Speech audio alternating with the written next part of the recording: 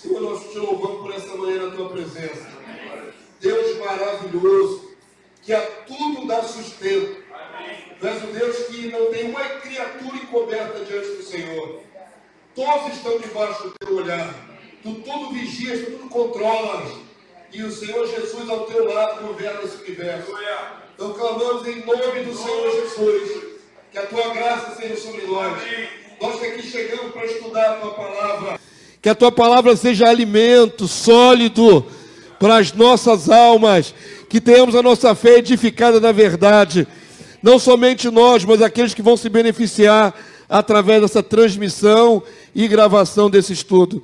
Que a tua bênção repouse sobre todos.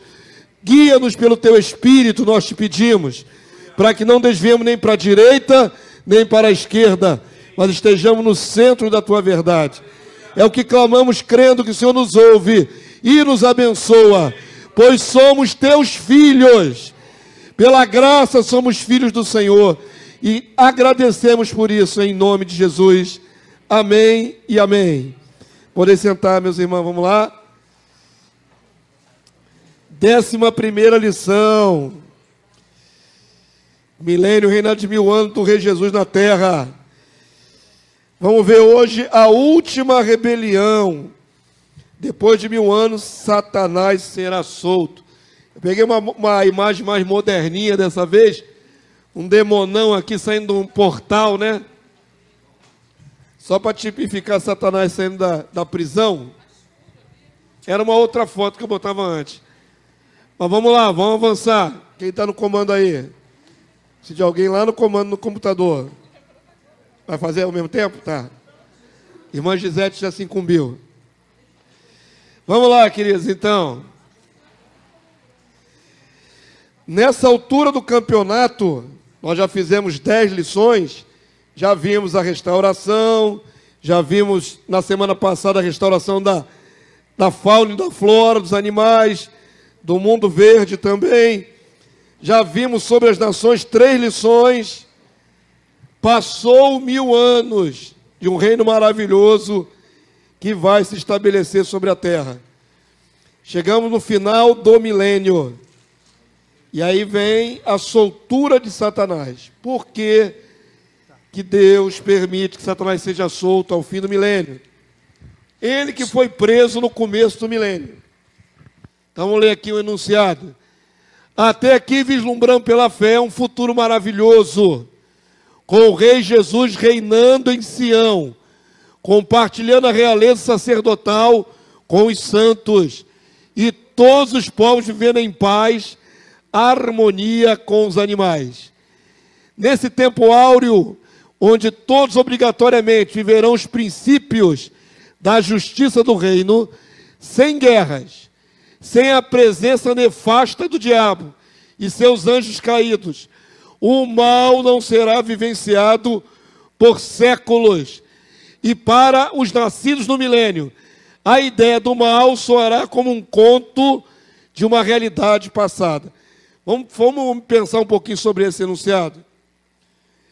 Pensem num período maravilhoso que vem pela frente, em que Satanás estará preso e seus anjos. Pensem em Jesus e os santos glorificados reinando sobre essa terra. Paz absoluta. Pense nos povos que vão viver nesse período maravilhoso, com comida farta, sem muitos perigos na vida, né? Até os animais não ser mais perigosos. Sem guerra, a guerra vai ser completamente extinta. Não haverá bolsões de violência. Se alguém se arvorar a pecar, será sentenciado imediatamente. Um reino absolutamente pacífico e harmônico. Ok? Quem nascer dentro desse período milenar, porque as nações ainda se reproduzem, não é? Vai ter menino que vai completar seus dias e tudo mais, morreu 100 anos, vai ser ainda jovem.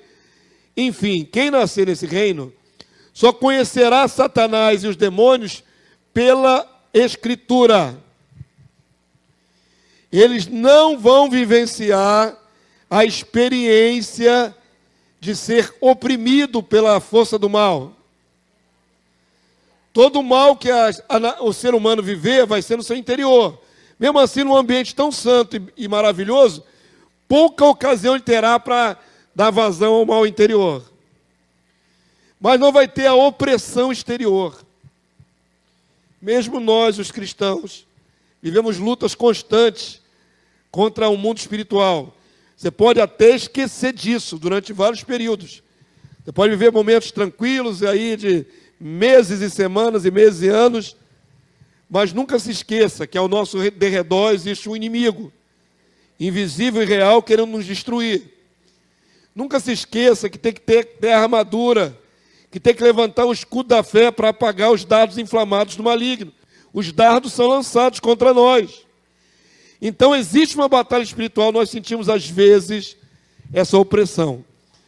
Quantos já tiveram a oportunidade de ter embate com um demônio ou com um anjo caído? Quantos já tiveram a oportunidade? Tem embate direto com o demônio.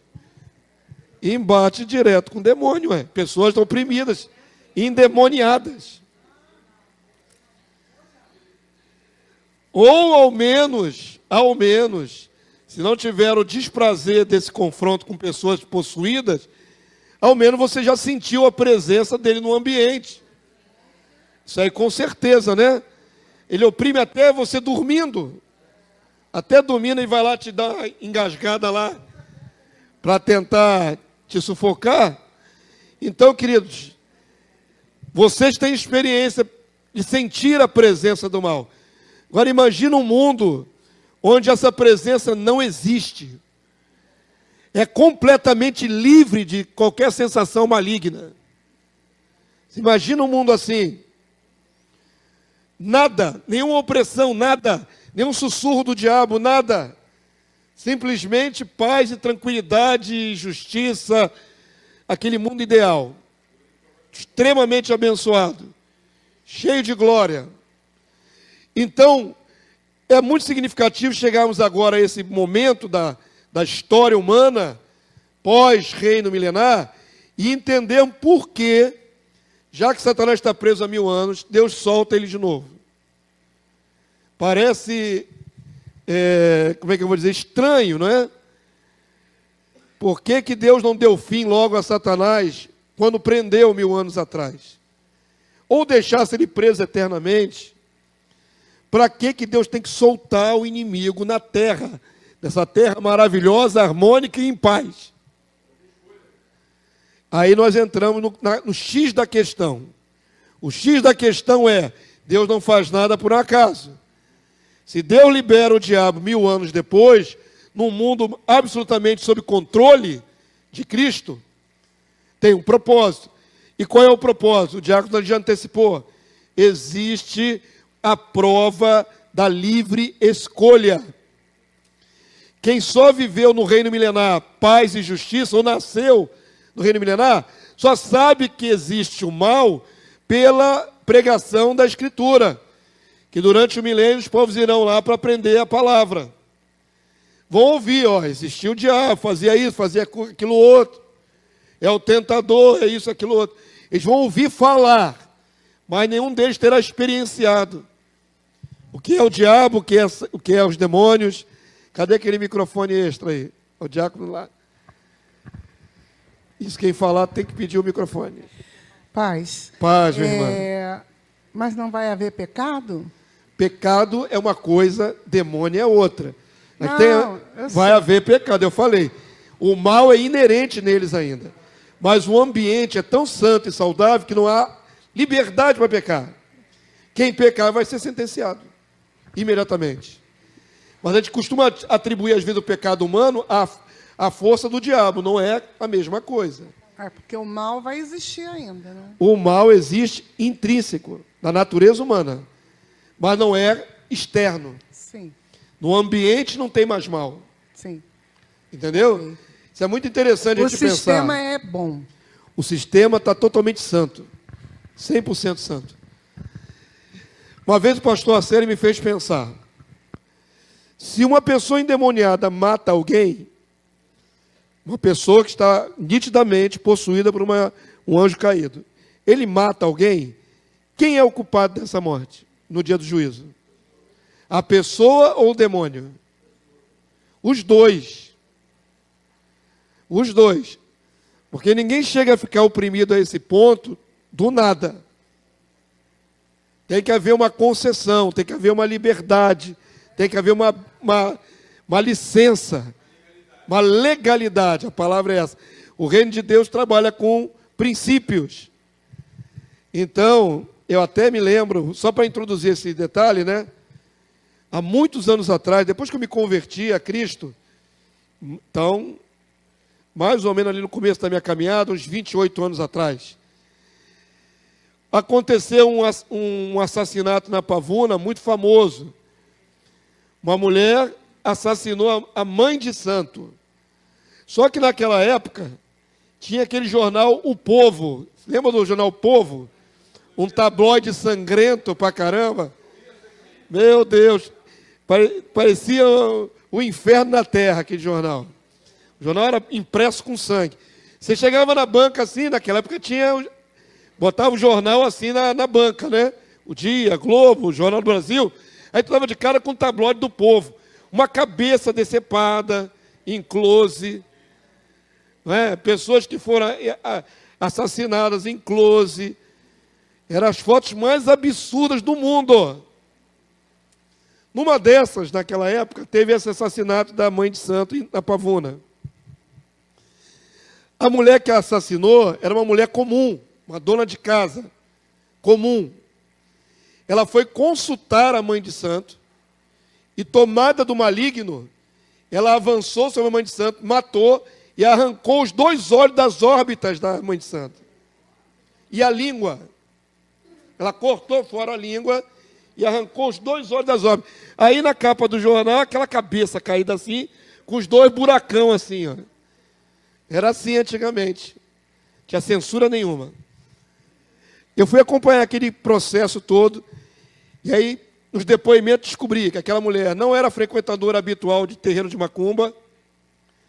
Aquela mulher tinha uma vida comum, o marido dela dando testemunho, nunca tinha tido ocorrência nenhuma desse tipo.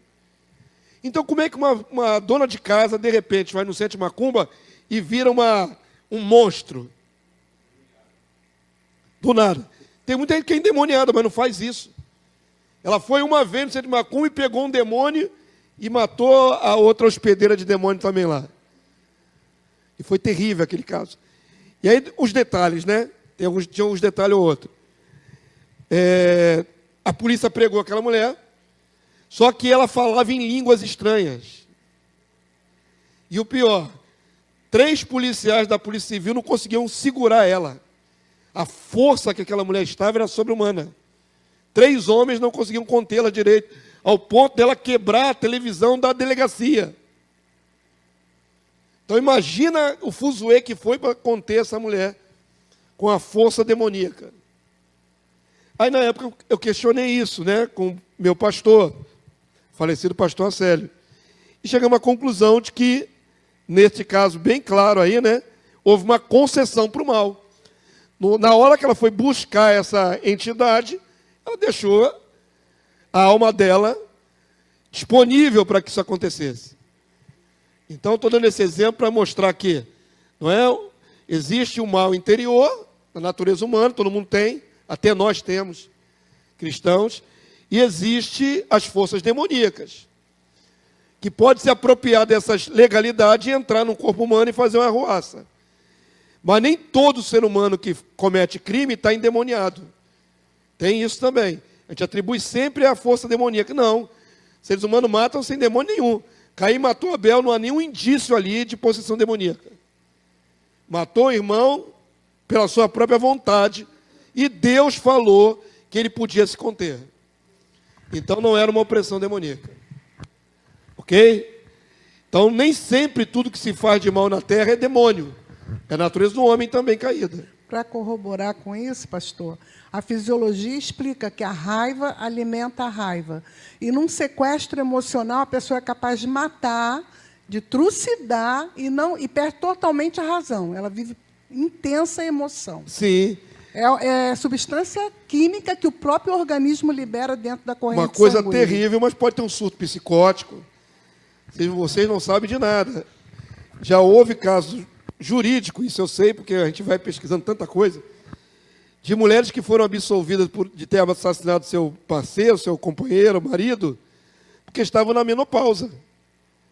Deu uma TPM tão forte que ela matou o cara. Como é que pode um negócio desse? Que desarranjo foi esse? Cuidado aí com as suas esposas na menopausa. Misericórdia. Mas olha que ponto chega, né?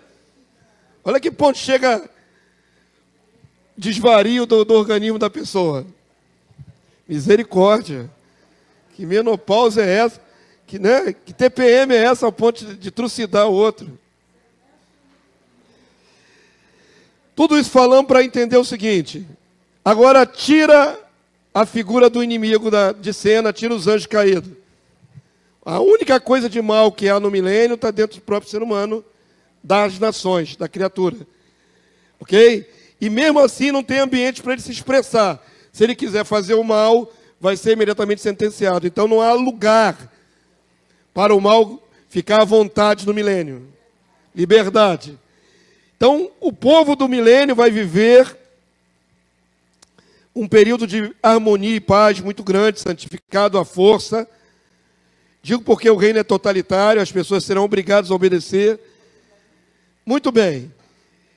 Tudo isso para a gente entender por que Deus solta o diabo depois de 1000 anos de paz. Porque há uma geração inteira que não experimentou o mal na sua plenitude. Não viveu, não vivenciou o que nós vivemos. Nós lutamos contra o mal. Eles não têm essa experiência. Então, a revelação anunciou antecipadamente a soltura de Satanás, o diabo, ao fim dos 1000 anos. Por um período curto. Essa soltura do diabo depois de 1000 anos é por um período curto. A pergunta que não quer calar é: para que soltar o diabo se já estava preso? Qual o propósito de Deus com essa soltura? Precisamos entender. Estava conversando com o Anderson ali, ele falou para mim que tem gente que pensa, olha a doideira, que o diabo já está preso. Na verdade, essa ideia vem da Igreja Católica Romana. Santo Agostinho, ao espiritualizar a Bíblia e descrer do reino literal, ele já asseverou, né, e tantos outros teólogos católicos romanos, que o diabo foi preso quando Jesus venceu na cruz. Isso é amilenismo. Quando é que começou o milênio para a Igreja Católica? Lá no primeiro século, já estamos no milênio. Nós já estamos no milênio, e o diabo já foi vencido. Quando Jesus venceu na cruz, já foi preso. Então não tem prisão do diabo agora para frente. Já está preso. Desde a cruz de Jesus. Olha a loucura. A palavra de Deus diz: vigiai, porque o diabo anda ao derredor, está solto. É príncipe da potestade do ar, está solto. Mas a igreja criou a ideia de que o diabo já está preso. E que, não é? Ali a variante é que os demônios estão soltos. O chefão está na cadeia e os capangas estão soltos. Está comandando a cadeia igual o Comando Vermelho faz aqui no Rio de Janeiro. É. Por celular. Anula tudo, né? Tira todo o contexto porque espiritualiza. Aí o diabo já está preso, os demônios estão presos. Infelizmente, isso é uma ideia errônea que está no coração de muitos. Se você perguntar para alguém, qualquer um, cristão ou não cristão, onde está o diabo agora? Não deixar ele pensar, qual é a resposta que ele vai dizer? No inferno. Então, para a maioria do inconsciente coletivo de todos, a religião que está na mente de todos é: o diabo já está lá embaixo. Se ele já está lá embaixo, ele não está aqui em cima perturbando ninguém. Pois é. É o mesmo sistema do Comando Vermelho preso aqui nas cadeias de Bangu, e de Bangu comandando o crime no Rio de Janeiro todo.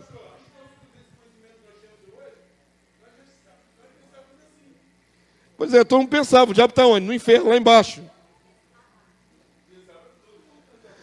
O diabo ainda será preso. Amém? Avança aí para mim. Então, qual é o propósito de soltar o diabo que já estava preso por 1000 anos? Provar A livre escolha de todos os seres. Li sim. Li até a última linha. Provar a livre escolha de suas criaturas. Só um detalhe técnico, viu, irmãos? A palavra livre-arbítrio, ela não está na sua Bíblia em lugar nenhum. A palavra livre-arbítrio é um conceito filosófico. Mas a livre escolha, ela é exemplificada em vários textos da Bíblia. Estivemos agora ministrando ali em Fortaleza, uma das aulas sobre a livre escolha, ministrada pelo pastor Márcio. Que aula maravilhosa. Você vê em toda a Bíblia, ali percorremos de Gênesis até Apocalipse, vários exemplos de livre escolha. Então a livre escolha é uma realidade. Mas a palavra em si, livre-arbítrio, não tem na sua Bíblia. Amém? Mas vamos lá, vamos entender. A aula de hoje, ela é uma aula de livre escolha, de livre-arbítrio, para entender o porquê que Deus solta o diabo depois de 1000 anos. Olhando para toda a revelação das Escrituras, desde o Gênesis aprendemos que o homem foi criado com o poder de escolha. E antes do homem, os seres angelicais, também possuindo esse atributo, tiveram a oportunidade de decidirem ser fiéis ou se rebelarem. O querubim Satanás escolheu o mal e junto a ele miríades de anjos. Então vamos lá. Para começar, essa história não começa na terra, ela começa no céu. A palavra vai revelar que houve uma rebelião no céu. E os anjos seguiram, o seu líder, que foi Satanás. Está embutido nessa passagem de Ezequiel 28, 14 em diante. Vamos ler em voz alta, para vocês participarem? Vamos lá, irmãos. Tu eras querubim da guarda ungido, e te estabeleci. Permanecias no monte santo de Deus, no brilho das pedras andavas. Perfeito era nos teus caminhos, desde o dia em que foste criado, até que se achou iniquidade em ti. Então, partindo dessa introdução, o querubim da guarda. Querubim são os seres viventes, está lá em Ezequiel. São os mesmos animais, seres viventes, que estão diante do trono de Deus. No livro de Apocalipse revela que há querubins ao redor do trono.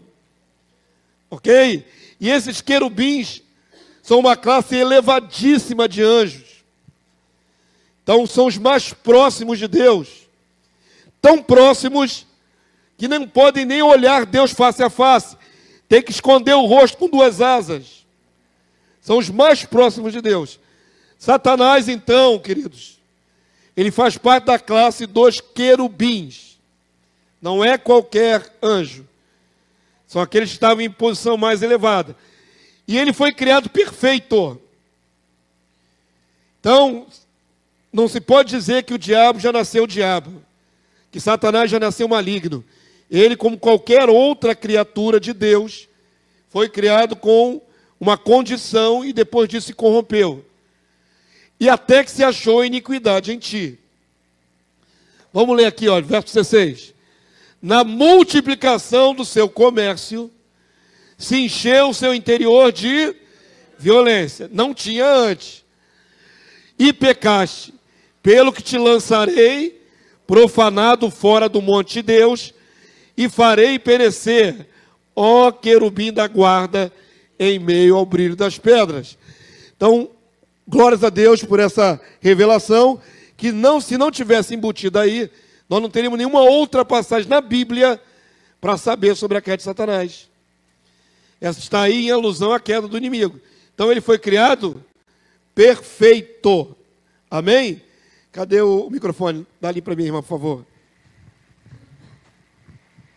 Ele não foi criado mal. Bom dia, Pai Senhor. Paz, minha irmã. Uma dúvida, eu lendo essa passagem, se a aparência dele, depois de caído, porque eu li Ezequiel 1, vários olhos. Se a aparência dele... Foi adulterada, né? Foi adulterada. Não tem assim essa explicação muito clara na Bíblia, não. Mas há indício de que ele sofreu mudança.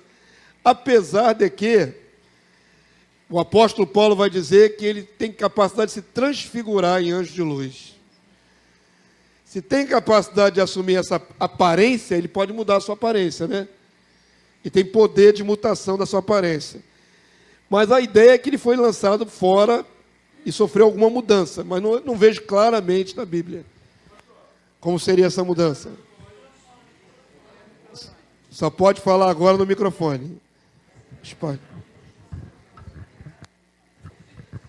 É bom que todo mundo policia um ou outro. É implicância. Implicância não, é porque o pessoal de casa fica ouvindo nada, não. Não, pastor, o que acontece? O pastor falando sobre ele tem poder de se transformar em anjo de luz. Transfigurar. Antes, então, ele era. Ele era? Para ele se transfigurar, porque ele não aparenta mais ser um anjo de luz. Mais, isso aí, é isso aí. É isso aí, o comentário é pertinente. Se ele tem que se disfarçar, é porque ele não tem mais a aparência. Não tem mais a aparência de anjo de luz. De anjo de luz que ele tinha. Então. Porque ele era anjo de luz. Agora, se mantém, aí que tem o detalhe, ele é querubim, 6 asas. Se ele ainda tem 6 asas, não sei. Se ele tem olhos cobertos pelo corpo dele todo, como é descrito os outros seres viventes, não sei. Não há esses detalhes na Bíblia. Como é que ele é tipificado no livro de Apocalipse, revelado? Como um dragão. Um dragão tem uma aparência distinta dos querubins, né? Avança aí para mim. Hein, pastor, posso falar um negocinho? Eu vejo na internet uma onda de youtubers, né? Que eles têm essa filosofia, eles querem instigar as pessoas a irem contra Deus, questionar que o Senhor é bom. E eles usam essa passagem aí para dizer que o Senhor é mau, porque a Bíblia fala que Ele criou o mal. Então, Deus é mau porque Ele criou o mal. Como se Deus tivesse feito Satanás cair. E ali a gente vê que o mal não é o Senhor que cria.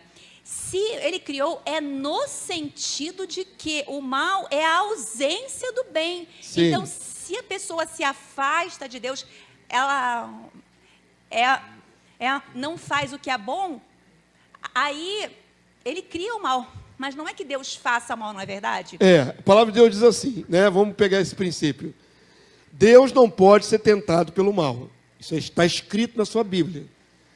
Se Deus não é tentado pelo mal, Deus também a ninguém tenta. Se Deus tivesse o propósito de derrubar suas criaturas, Ele tentaria as criaturas para que caíssem. Mas não é isso que a palavra de Deus diz. Que Deus cria tanto Satanás como os outros seres com a possibilidade de escolha. E é o que nós vamos falar aqui nessa lição sobre escolha. Deus não faz alguém mal. Há uma escolha. Ok? É esse o princípio de tudo que nós vamos analisar aqui. Diga, varão. Amém, pastor. Lembrando que eu não posso ir mais fundo que isso sobre Satanás, porque não há subsídios bíblicos. Não, estou falando a respeito do que a irmã comentou, que quando Deus é mau, em Gênesis a gente vê que o Senhor diz que o Espírito de Deus pairava sobre as águas, né? Em trevas. Sim. Quando começou a se gerar todas essas coisas, haja luz. E de lá para cá, indo diretamente, assim, pulando, para não falar muito, que tem muita coisa ainda, em Apocalipse vemos que o Senhor está banindo as trevas. Então o que acontece? Eu entendo, eu vejo se estou errado, o pastor me corrija, que tudo que é mal, que vem das trevas, há de ser jogado no fogo e enxofre. Sim. Então não haverá mais sol nem lua, mas a glória de Deus se iluminará. Está escrito no Apocalipse. Isso já é na eternidade, está falando. Na eternidade futura. Então já eliminou todo tipo de mal. Está sendo banida. Não é que Deus seja mal. Deus está limpando tudo aquilo que não é bom. Olha só, e aí que nós vamos entrar na questão do livre-arbítrio. Olha como é que essa aula é importante. Nós fizemos um seminário inteiro sobre isso, agora recente. Esse assunto é muito pertinente, porque essa confusão, as pessoas acham que Deus é arbitrário, que Deus é ditatorial, que Deus impõe a sua criatura, não é? Mas aí alguns pensam que não é assim, que Deus impôs a criatura a ser má, e não é assim. A maldade é uma escolha. E eu acho o maior de todos os dons de Deus, depois da nossa salvação em Cristo, o maior dom que Deus deu ao ser humano foi a livre escolha. Para mim é o maior dom de todos. Não só ao ser humano, como aos anjos. Deus poderia ter nos criado, já programados, para sermos adoradores dele infalíveis. como animais, como robôs. Isso me tiraria a liberdade, o poder que eu tenho de decidir. Se eu fosse programado por Deus já desde o ventre a só obedecer e adorá-lo, eu jamais desobedeceria por programação prévia, como robô.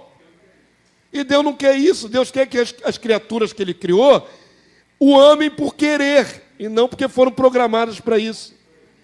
Seria uma lobotomia geral, todo mundo nasceria já retardado e só adorando a Deus. Não é assim. A beleza da livre escolha é que o ser humano pode até escolher detestar Deus.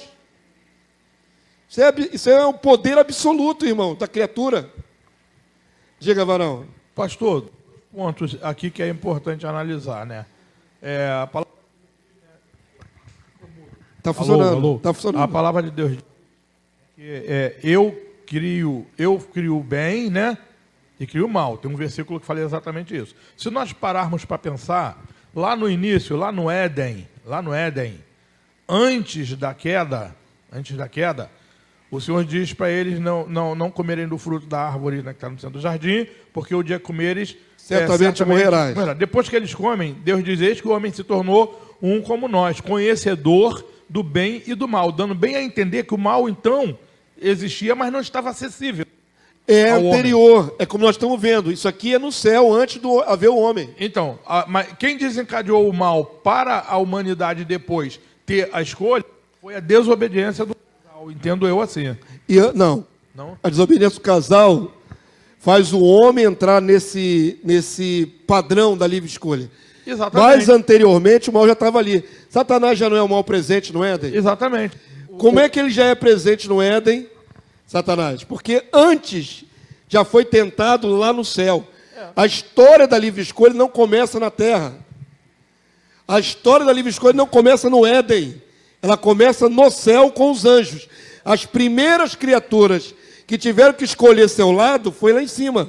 Não foi aqui embaixo. Então, pastor, resumindo, que eu não concordo. Da maneira que você colocou, parece que começa tudo no Éden, não é? Sim, mas eu não estou falando... Começa lá em cima. Não foi isso que eu quis dizer, que começa tudo no Éden. Eu quis dizer para a que humanidade. A humanidade não tinha conhecimento até a desobediência. Sim, eu vou entrar nisso. Ele se torna conhecedor. Nós vamos andar na lição e vamos passar por isso. Quem mais? Alguém mais vai falar? Não, né? Então vamos avançar para você entender. Não vamos chegar lá, porque vamos passar pelo Éden. Mas só que nós já saímos do céu. Quem mandou sair do céu? Eu não terminei ainda do céu? Quem está mandando entrar na terra agora, se a terra ainda está sem forma e vazia? Nós estamos no céu ainda, irmãos. A primeira peneira é no céu. Ok? Aos anjos que não foram seduzidos, permaneceram fiéis, a Bíblia designa com adjetivos de anjos eleitos ou santos anjos. Então vamos lá. Quantos anjos Deus criou? Não sabemos. O termo miríades e miríades são milhões e milhões. É uma expressão numérica. Não é um número exato. Não sabemos. Quantos milhões e milhões de anjos Deus criou? Não sabemos. A expressão está lá, miríades e miríades. Desse número imenso de anjos que Deus criou no céu, Satanás faz o seu comércio, faz a sua sedução, e 1/3 dos anjos seguiu Satanás, revelado lá no livro de Apocalipse, que o dragão arrasta a 1/3 parte das estrelas. Então, não temos um número exato, mas temos uma proporção. A cada 3 anjos, 1 seguiu Satanás e 2 permaneceram fiéis. Essa é a proporção. Quantos são, não faz menor diferença agora. Só tem 1/3 que seguiu o inimigo. Ok? Isso faz uma diferença, porque Deus passa a designar. Os que não se rebelaram foram provados pela sua livre escolha e não quiseram seguir a Satanás, Deus os qualifica como anjos eleitos. Isso é muito bacana. Essa expressão eleito é importante, né? Ainda mais associada a anjo. A gente fala da eleição da igreja. Nós fomos eleitos. Maravilha, mas tem anjo eleito também. Olha o que está escrito em Lucas 9, 26. Vamos ler? Porque qualquer que de mim e das minhas palavras se envergonhar, dele se envergonhará o Filho do Homem, quando vier na sua glória e na do Pai, na glória do Pai e dos santos anjos. Então, os anjos agora são chamados de santos, separados. Então, os anjos que estão com Deus são santos. Desde que você entenda a palavra santo, não de maneira católica romana. Certo? A maneira católica romana de ver a palavra santo é alguém maravilhosíssimo, né? E etc. A palavra santo é separado. Então, os anjos que estão com Deus são separados. E no outro texto, vai usar um outro qualificativo para esses anjos que estão com Deus. Vamos lá? Conjuro-te perante Deus e Cristo Jesus e os anjos eleitos. Agora, chama esses anjos de eleitos. Já foram selecionados. Que guardes estes conselhos sem prevenção, nada fazendo com parcialidade. Então, eles são santos, separados, e são selecionados, eleitos. E os demais anjos que seguiram Satanás? Qual é a qualificação deles? Rebeldes. Está na sua Bíblia. Caídos. Que mais? Demônios. Todo demônio é um anjo caído. Todo. A entidade pode enganar os seres humanos, se transfigurando de várias entidades. É Brahma, Vishnu, qualquer divindade pagã. Oxóssi, não interessa. São anjos caídos. Ok? Então, tem anjo eleito e anjo caído. Eu amo esse estudo. Avança aí para mim. Eu me amarro nesse estudo. Agora sim, chegamos no Éden. Partindo do princípio que lá em cima, os seres criados por Deus tiveram que escolher ficar do lado de Deus ou seguir a rebelião, é o mesmo princípio que Deus agora coloca diante da criatura recém-criada, Adão e Eva.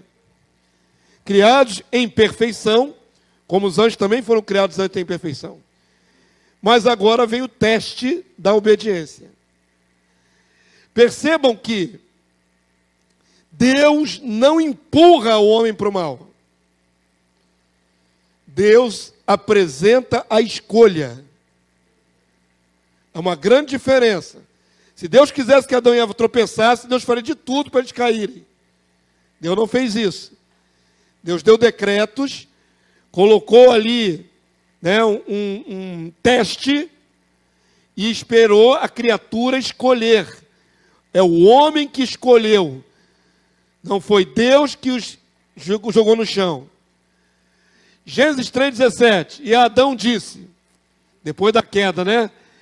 Visto que atendeste a voz de tua mulher e comeste da árvore que eu te ordenara, não comesses, maldita é a terra por tua causa.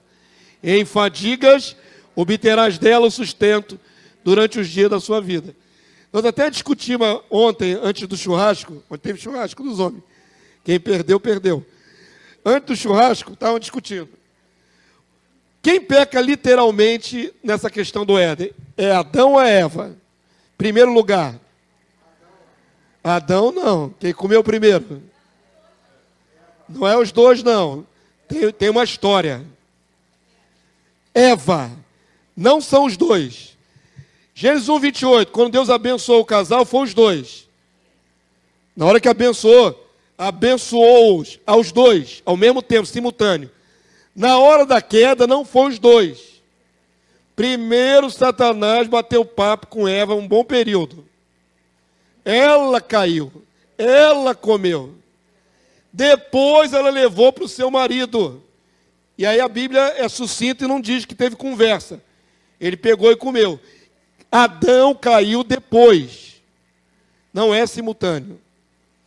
Mas quando Deus chama para julgamento, Ele não chama Eva. Chama Adão. E a palavra vai designar que o pecado entrou no mundo por um homem. O pecado não entrou no mundo pela mulher. Tem a ver com certa hierarquia que Deus estabeleceu. Ok? Tem a ver com hierarquia. Microfone lá, o varão pediu ali a palavra. Mas literalmente quem comeu foi ela, em primeiro lugar. Diga, meu amado. Amém. Então, pastor, assim, eu também tenho esse entendimento, é perfeito o que o senhor falou, a colocação sobre a hierarquia do homem. Mas eu entendo que a falha de Adão foi ele não cumprir, omissão. Foi ele não cumprir o propósito daquilo que Deus chamou. E Deus deu ordem para ele governar o mundo, mas também a sua casa. Porque a cobrança veio para o homem porque ele peca em não governar a sua casa. Porque, conjecturando, é claro, se ele fala para Eva, olha, Deus tem falado conosco, não escuta ninguém que não seja da nossa linhagem.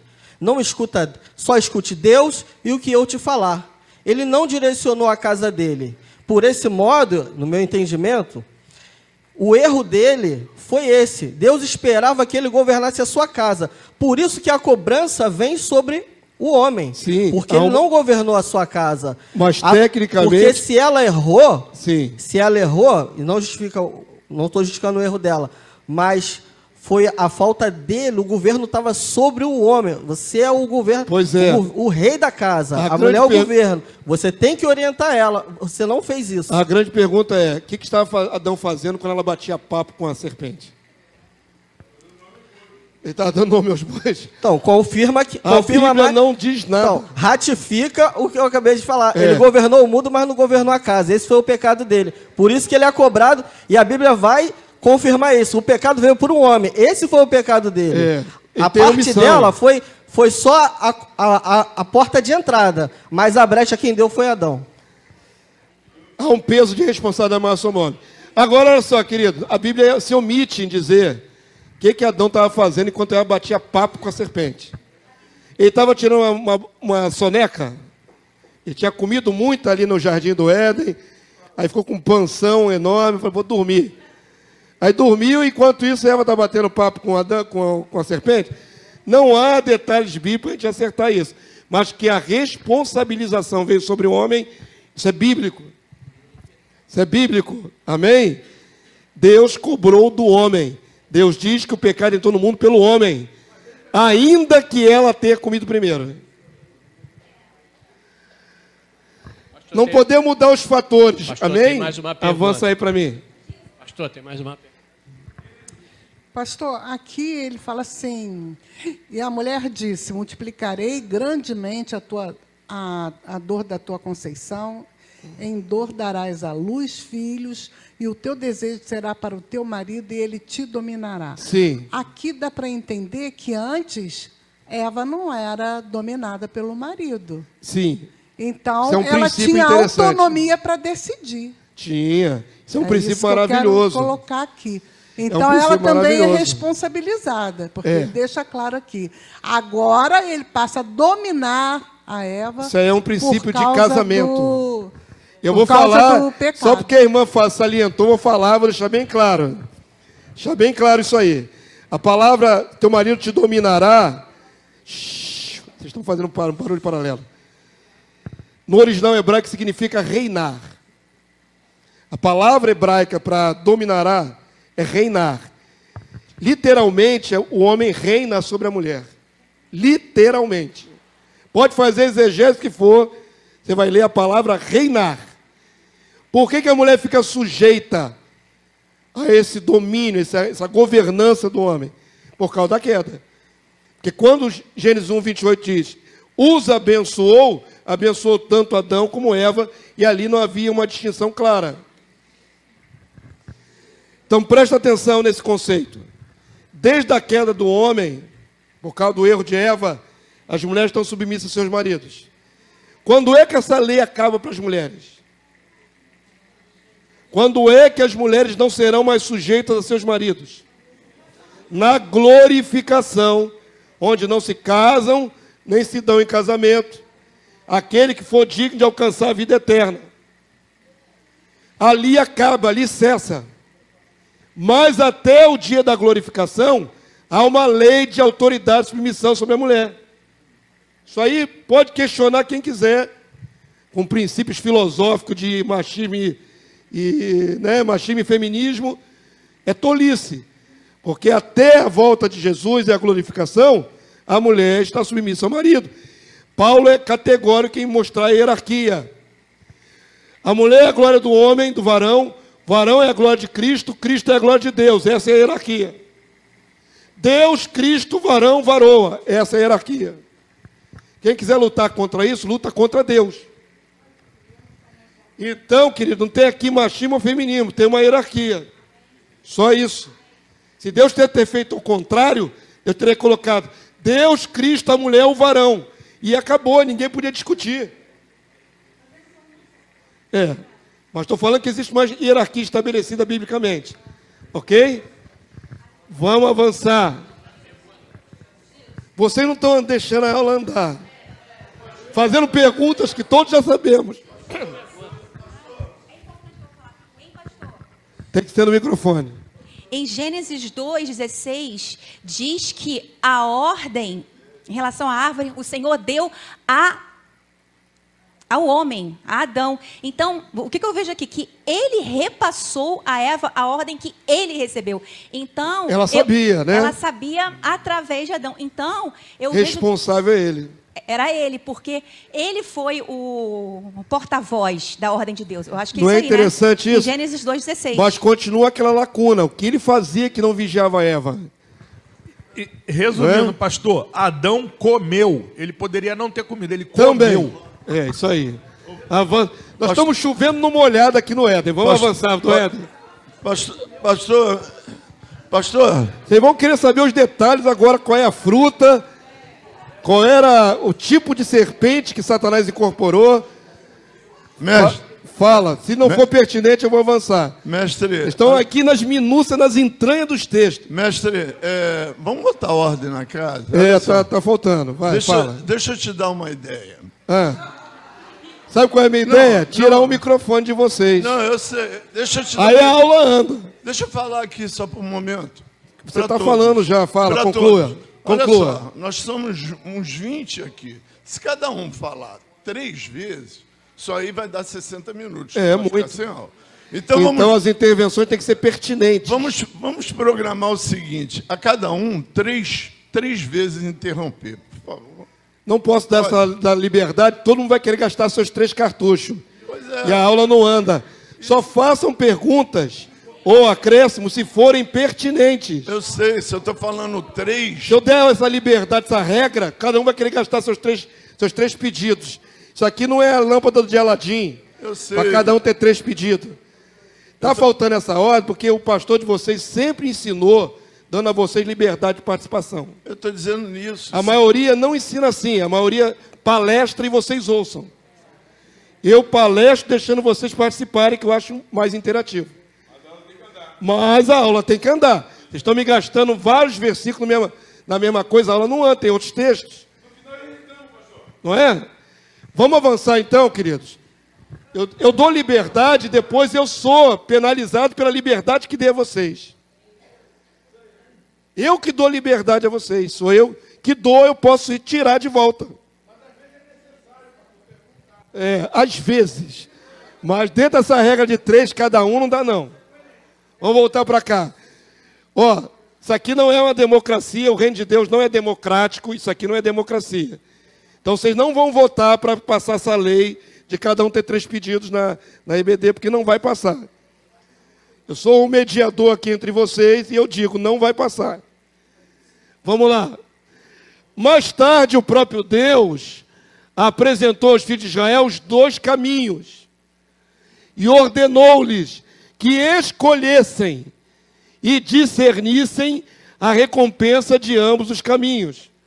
Então, nós estamos vendo aqui, no céu houve livre escolha dos anjos. No Éden, o casal inicial pôde escolher o mal, mas pôde escolher. E diante de Israel, Deus colocou as leis e também lhes deu a escolha. Vamos ler o texto? Deuteronômio 11, 26 a 28, só esse versículo. Vamos lá? Eis que hoje eu ponho diante de vós a bênção e a maldição. A bênção, quando cumprides os mandamentos do Senhor, vosso Deus, que hoje vos ordeno. A maldição, se não cumprides os mandamentos do Senhor, vosso Deus, mas vos desviardes do caminho que hoje vos ordeno, para seguirem outros deuses que não conheceste. Deuteronômio 30, 19. Olha o que Deus faz. Os céus e a terra tomo hoje por testemunhas contra ti, que te propus a vida e a morte, a bênção e a maldição. Agora olha a palavra-chave aqui, Deus está falando. Deus está falando. Escolhe, pois, a vida para que vivas, tu e tua descendência. A quem é dada a escolha? Ao homem. Eu coloco diante de vós a bênção e a maldição. Ó, se fizer assim, o resultado é esse. Se você escolher o outro caminho, o resultado é esse. Está aqui as duas proposições. Escolhe. É simples assim. Em nenhum lugar da Bíblia o homem é punido sem escolha. Ele tem escolha. Toda escolha traz consigo a sua consequência. Bênção quando escolhe certo, maldição quando escolhe errado. Existem princípios norteadores, reguladores do universo. Vou dar um exemplo. Existem princípios. Um dos princípios é você não furtar. Dá um exemplo. Tem gente que vai ser zeloso nisso, não vai pegar nem um prego do outro, nem um clipe de papel do outro. Mas tem gente que, por exemplo, trabalha numa empresa, numa firma, e que de vez em quando se apropria de algumas coisas da firma e leva para casa. Acha que a firma paga mal, ele tem direito de levar as coisas para casa. Não tem, não. Tem, não. Isso é roubo. Quando você quebra um princípio de Deus, a bênção e a maldição já estão escritas. Deus não fica olhando lá do céu. Ih, errou, agora eu vou tacar um raio nele. Não é assim que funciona. Não é assim que funciona. As leis de Deus já estão determinadas. Ó, isso aqui são as recompensas quando você acerta. Essas aqui são as punições quando você erra. Já está tudo determinado, escrito. Os princípios. Quando você erra, você incorre num artigo das maldições. Quando você acerta, você incorre no artigo das bênçãos. Por isso as bênçãos te alcançarão. A ideia é de chegar até você. Você teve uma escolha correta, num princípio divino de Deus, as bênçãos vão te alcançar, vão chegar até você. De igual forma, a maldição. Quando você comete um erro que quebra um princípio de Deus, inevitavelmente aquele artigo te alcançará. Quantos entenderam? É simples assim. Bênção e maldição vem de Deus. Tem gente que faz uma dicotomia. A bênção vem de Deus, maldição vem do diabo. Não, o diabo não tem poder nenhum para fazer isso. Bênção e maldição vem de Deus. Tudo vem de Deus, inclusive a bênção e a maldição. O homem escolhe, e quando escolhe, algum artigo vai alcançar. Ou da bênção, ou da maldição. Há uma passagem que explicita isso, no livro de Zacarias ou Malaquias, do rolo voante. Quem lembra? Eu acho que é Zacarias. Deus mostra um rolo gigante para o profeta, todo escrito por um lado e pelo outro, e diz: aquele que roubar, a maldição alcançará ele na casa dele. Mostrando aquele rolo voante, um rolo escrito dos dois lados. O artigo já está ali escrito. O cara transgrediu, o artigo o alcança. É simples assim. Quantos entenderam? Isso é para tudo que a gente faz, querido. A gente escolhe o dia inteiro, né? Você escolhe a roupa que você veste, você escolhe se vai comer ou não vai comer, vai fazer jejum, você escolhe o dia inteiro. Toda vez que transgredimos um princípio de Deus, divino, vai ter sanção. É inevitável que tenha sanção. Toda vez que acertarmos um princípio divino, teremos bênção. É inevitável que a bênção nos alcance. São princípios que norteiam esse mundo. Todo mundo entendeu? Como a nossa escolha faz toda a diferença. E o poder da escolha é dado ao homem. Deus coloca diante dele os dois princípios e diz: escolhe. É você que escolhe. Não se pode atribuir a Deus um erro seu. Já vi gente cristão que erra e bota a culpa em Deus, fica com raiva de Deus. Estupidez, ficar com raiva de Deus. Foi você que escolheu, não Deus. Amém? Entenderam, queridos? Toda vez que eu acertar, bênção. Toda vez que eu errar, maldição. É simples assim. Por isso, as misericórdias do Senhor são a causa de não sermos consumidos. Se renovam a cada manhã. Ai de nós se Deus não tivesse misericórdia. Seria todo mundo destruído, consumido. Mas dá tempo para a gente se arrepender, dá tempo para a gente revogar aqueles erros e sair debaixo de peso de maldição. Avança aí para mim. Então vamos lá. Estabelecido esse princípio, vamos recapitular para avançar aqui. As criaturas do céu tiveram escolha? Tiveram. Quem se manteve firme com Deus? Anjo eleito, anjo santo. Quem se rebelou, virou os demônios. No Éden, Adão e Eva tiveram escolha? Tiveram. Deus colocou uma prova moral ali para eles e eles optaram. E diante de Israel, Deus colocou a lei e disse a eles: está aqui a vida, está aqui a morte. Caminhos são esses dois aqui. Qual você escolher é o que vai alcançar a sua vida. Pronto. Tudo na nossa vida tem esse princípio de livre escolha. Amém? Agora vamos para cá. Por isso, construímos esse conceito que o homem tem liberdade de escolha, a criatura tem liberdade de escolha, para entendermos por que, depois de 1000 anos de bênção sobre a terra, Satanás é solto de novo.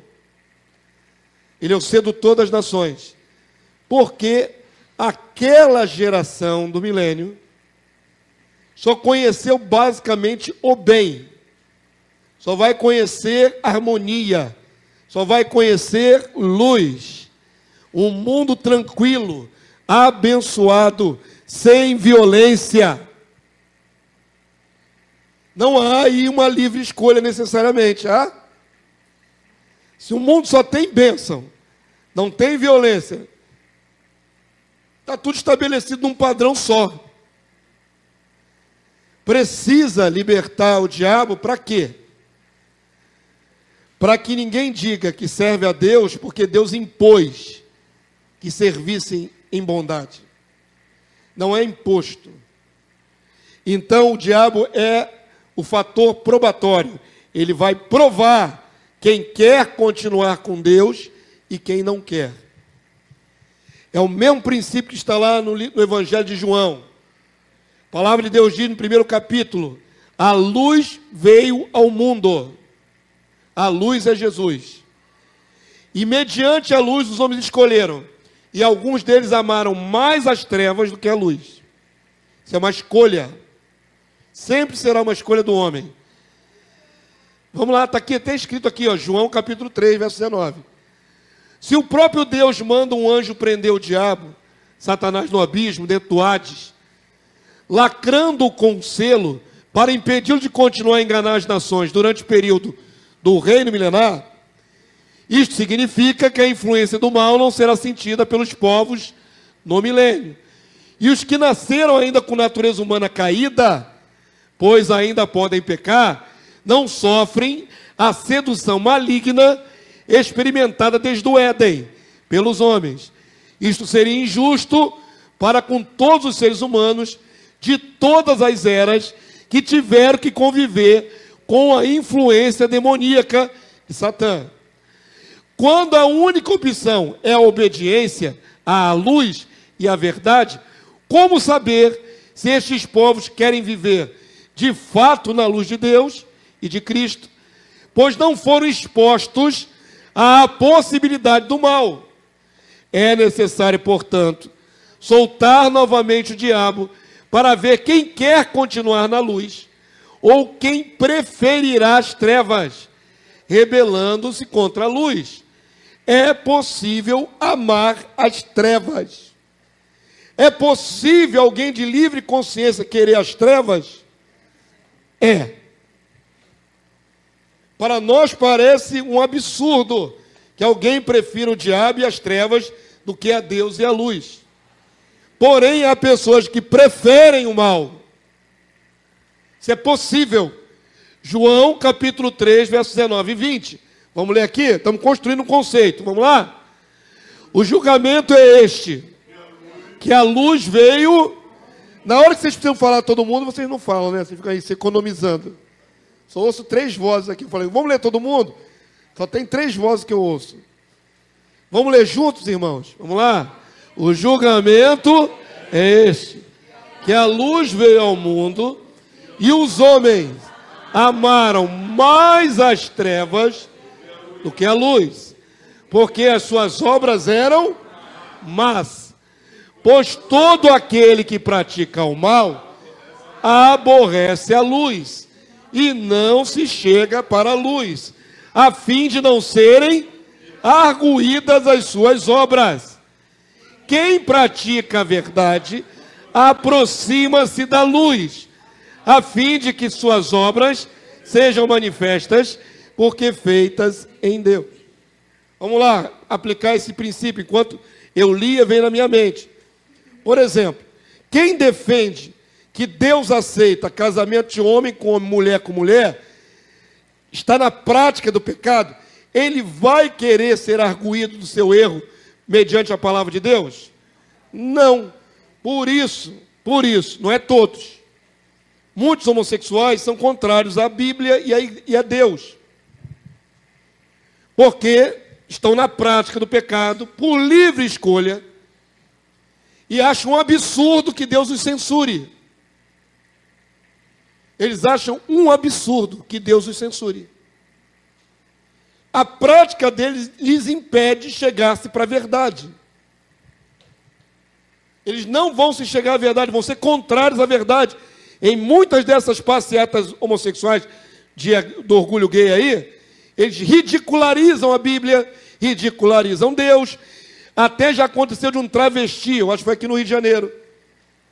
Um travesti se figurou, né, de Cristo, com cruz e tudo, e se crucificou publicamente. Um travesti com os seios desnudos. Foi uns anos atrás. Por que eles têm tanta raiva da palavra, de Deus, de Cristo? Porque as suas obras são más. Eles não querem ser arguídos, nem repreendidos, nem nada. Escolheram. Ah, pastor, mas tem homossexual que tem temor a Deus. Hoje é tudo tão confuso, irmão.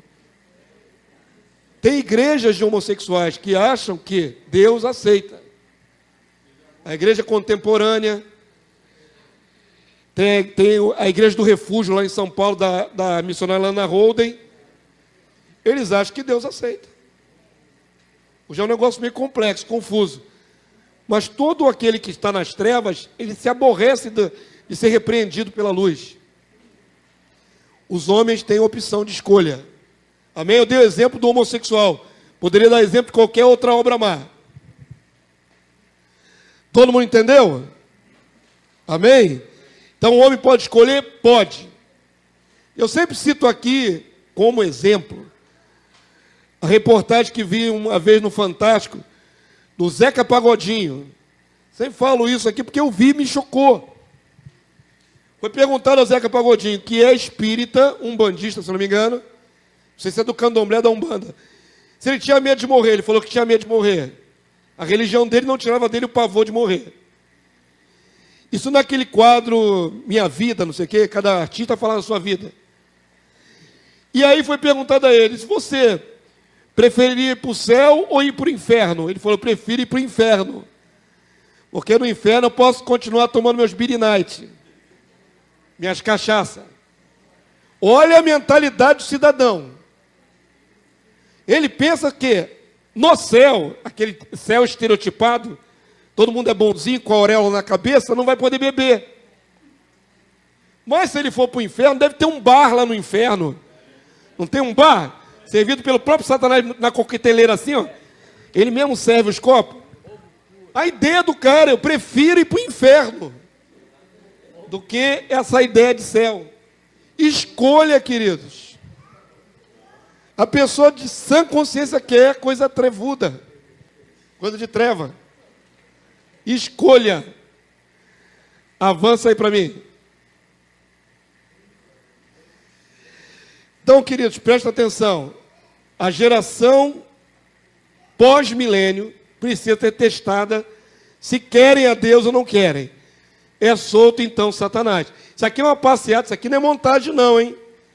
Isso aqui é uma passeata que houve lá nos Estados Unidos. Está vendo aquela pessoa com uma máscara aqui de Beelzebub, aqui de demônio, aqui, ó? A única montagem que tem aqui é esse dragão aqui, que eu colei esse dragão aqui nessa foto. No dia lá não apareceu dragão nenhum soltando fogo, viu? Isso aqui eu coloquei para mostrar a influência do diabo sobre a humanidade. Mas essa máscara aqui é verídica. Pessoas fazem marcha para o diabo nesse mundo. Adoram o diabo.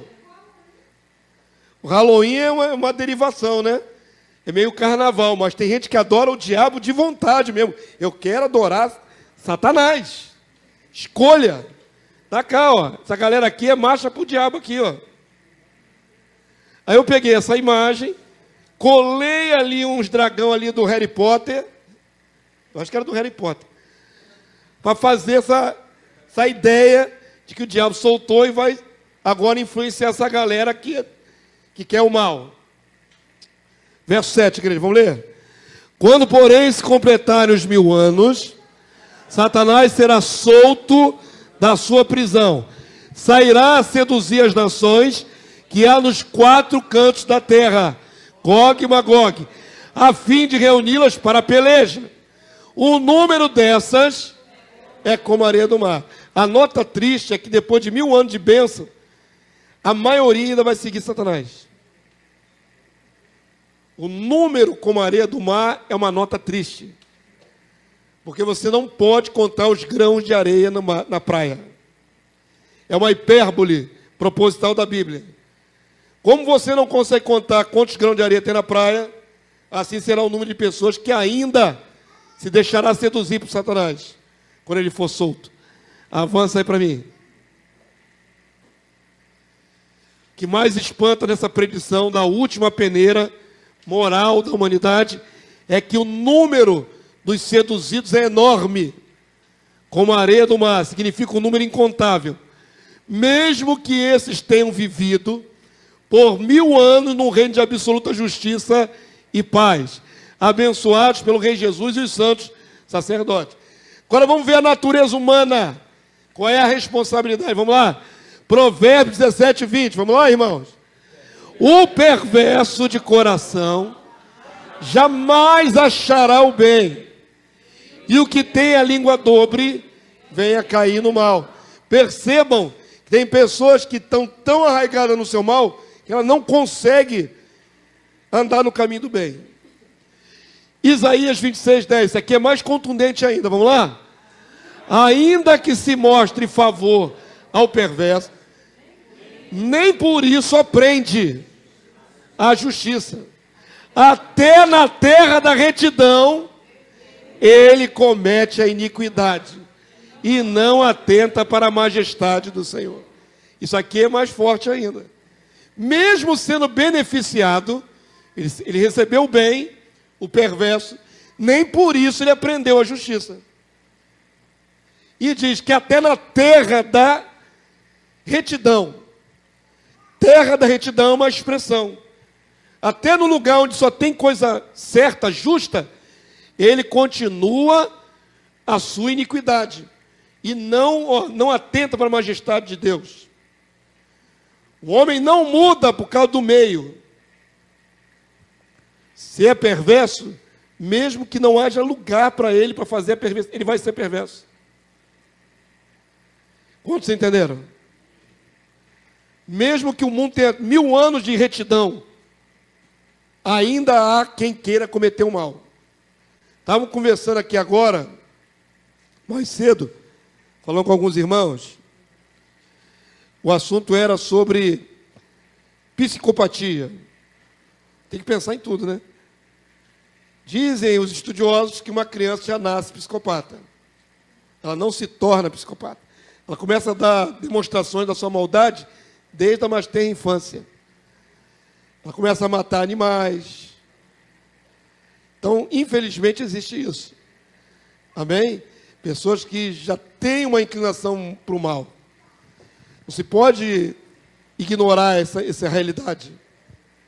E ela é totalmente insensível para qualquer tipo de correção. Ela vai fazer o mal, vai praticar o mal.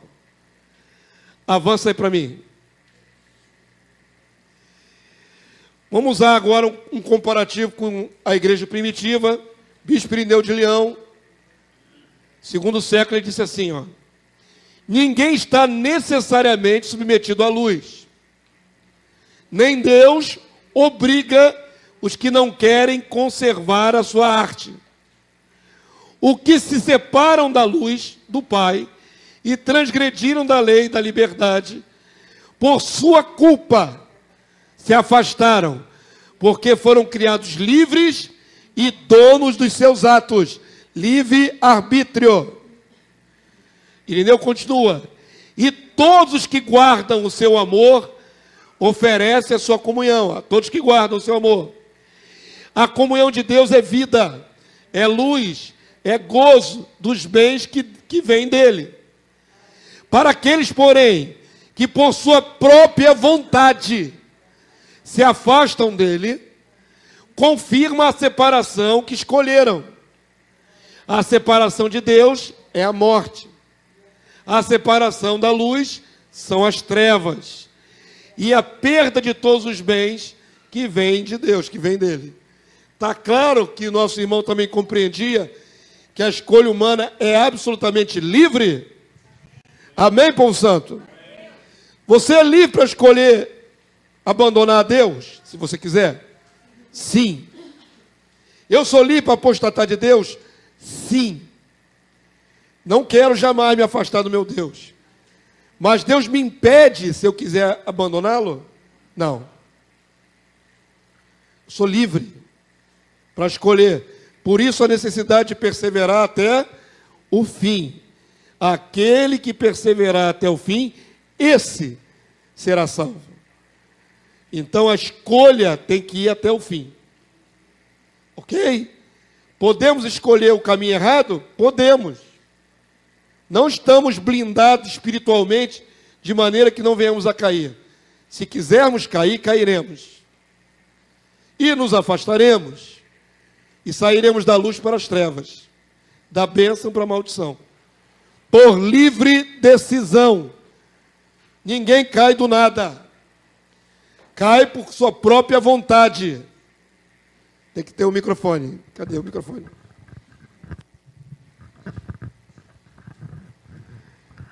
Pastor, o livre-arbítrio está lançado. Nós, como humanos, somos caídos já para o lado do pecado, né? Mas aqueles que foram escolhidos, desde antes da fundação do mundo, tem o Espírito, né? Como semente. Sim. Que nós temos que nos fortalecer em oração, jejum, estar na congregação, no meio da braça, pegar fogo, como se diz, né? Então, quando passamos por tentações diárias, como servos de Deus, muitas das vezes a nossa carne nos quer levar para longe da presença. Ou seja, queremos aquilo. É algo inevitável. Sendo que há algo que nos impede. Aí eu poderia colocar isso como uma ajuda de Deus sobre nós. Ou seja, não é que Deus nos diz assim, escolhe, se perdeu, perdeu, ou vida ou morte. Não somente assim. Eu enxergo que Deus está aí a nos socorrer. Como diz Jesus estava no Monte das Oliveiras orando, gemendo, chorando, clamando aquele que podia salvar da morte. Então, pedir socorro ao Senhor em fato de que o Senhor o tirasse, ou seja, não tirasse, ele vai passar pela prova, mas ele passe vencedor. Como pode explicar isso? Me orienta. É simples assim. O apóstolo Paulo tem uma carta inteira aos Romanos para explicar sobre a questão do pecado. Ele fala assim: o bem que eu quero, esse eu não faço, mas o mal que eu não quero, esse eu pratico, esse eu faço. Miserável homem que sou, desventurado homem que sou, quem me livrará do corpo dessa morte? Pois o mal está em mim. Tá certo? Então, realmente, temos uma luta terrível contra a nossa natureza humana caída. E temos o favorecimento de Deus, os eleitos, de terem recebido o poder do Espírito Santo, que equilibra em nós essa balança. Penso que para nós a decisão fica mais fácil, por termos o poder de Deus nos auxiliando. Mas não exime do ser humano, do cristão, mesmo selado com o Espírito Santo, não exime a responsabilidade da escolha. Paulo diz: se você alimentar a carne, caminha para a morte. Mas se você matar os feitos do corpo, caminha para a vida. Então, olha bem, mesmo tendo o Santo Espírito, eu tenho que optar por negar os feitos do corpo. Senão, eu vou caminhar para a morte. Mas, pastor, não está selado, não está predestinado, eleito, mas vai caminhar para a morte. Por uma escolha sua. Temos o favor de Deus, temos o perdão, temos o sangue do Cordeiro que nos purificou desse pecado, mediante arrependimento. Não é uma garantia implícita. Eu posso errar que Deus vai me salvar, não é assim. Deus me salvará se eu abrir mão do pecado, arrepender, confessar e abandonar. Aí Deus me salva. O grande problema é quando o crente pensa que ele está blindado. Já que Deus me quis, me elegeu, Jesus morreu por mim, já estou garantidaço. Aí começa a fazer coisa errada, vai cair no juízo de Deus. E aí a palavra de Deus diz: horrenda coisa é cair nas mãos de Deus vivo. Deus retribuirá. E o juízo começa pela casa de Deus, não é pelo mundo. Deus vai cobrar na altura daquilo que deu. A quem Deus deu mais? A igreja. O mundo enfrenta a decisão da livre escolha sem Espírito Santo. Não tem vantagem alguma, criatura. Nós temos uma vantagem, temos o Espírito Santo. Mas se nós erramos pior que o mundo, que não tem o Espírito Santo, somos 2 vezes mais condenados por causa disso. Porque quem mais é dado, mais é cobrado. O erro de um cristão é muito pior do que o erro de uma pessoa não crente. Porque o não crente só tem a carne que o inclina para o mal. Nós temos a carne que inclina para o mal e temos o espírito que inclina para o bem. Nós temos uma grande vantagem. E se ainda assim fazemos igual ou pior que o não crente, somos 2 vezes mais dignos de condenação. Porque não desfrutamos da vantagem que tínhamos de estarmos na luz. Compreenderam o paralelo? Para nós a régua é mais alta, porque foi dado mais. É claro, quem deu mais. Se a pessoa não tem, se a pessoa só anda na carne, não tem Espírito Santo, não conhece Bíblia, não conhece Deus, e por instinto ela escolhe fazer o bem, ela não rouba, não faz um monte de coisa, ela tem que ser premiada. E o prêmio dela é subsistir na hora do juízo. Por que essa criatura sem Espírito Santo é poupada e um filho de Deus com o Espírito Santo é condenado? Porque essa pessoa sem Espírito Santo decidiu fazer o bem. E alguns cristãos com o Espírito Santo decidiram fazer o mal. Deus é justo. E Deus não vai... Aí que a palavra se equaliza, quando diz assim: Deus não faz acepção de pessoas. Não é para salvação, é para juízo. Se alguém sem o Espírito Santo anda bem, anda correto, Deus galardoará. E alguém com o Espírito Santo resolve se entregar ao mal, Deus o punirá. E não interessa se ele era filho, porque senão Deus seria parcial. Porque é meu filho, eu não vou punir. Não é assim que funciona. Deus não faz acepção de pessoas. Amém? Todo mundo entendeu? Vai ser sempre julgado mediante aquilo que tem. Se a pessoa tem, ela vai ser julgada mediante aquilo que Deus deu a ela. E a quem mais é dado, mais lhe será cobrado ou exigido. Nós estamos sendo trabalhados na palavra mais pura que existe, irmãos. Nós estamos sendo trabalhados com ensinamentos mais corretos possíveis, comparando com a igreja primitiva. A nossa régua está alta a beça. Qualquer que tropeçar depois de ter tido tanto entendimento, tanta luz, o juízo vai ser severo. Porque não é ignorante. Entenderam? É muita iluminação para pouca ação. Tem que ter ação correlata à iluminação. Avança aí para mim.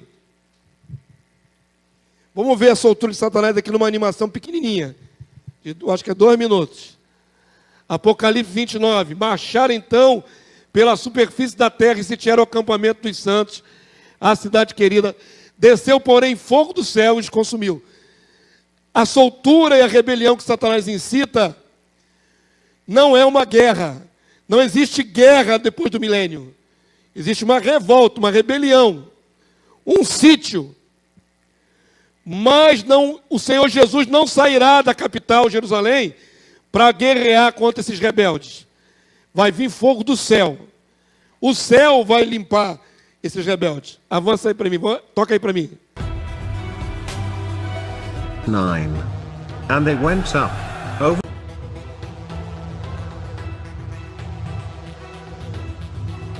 Pena que não é mais bem elaborado, né?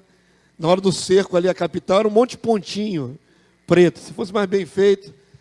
Oh, meu Deus, se eu tivesse dinheiro e tivesse capacidade, eu faria um filminho melhor. Mas é o que tem para hoje. Mas entenderam?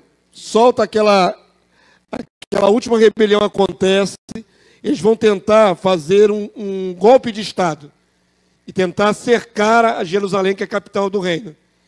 Só que ninguém de dentro da capital vai atacar esses rebeldes. Virá fogo do céu e vai os consumir. Acabou o milênio, entra o juízo final, ressuscita os mortos de todas as épocas e cada um vai ter seu destino final.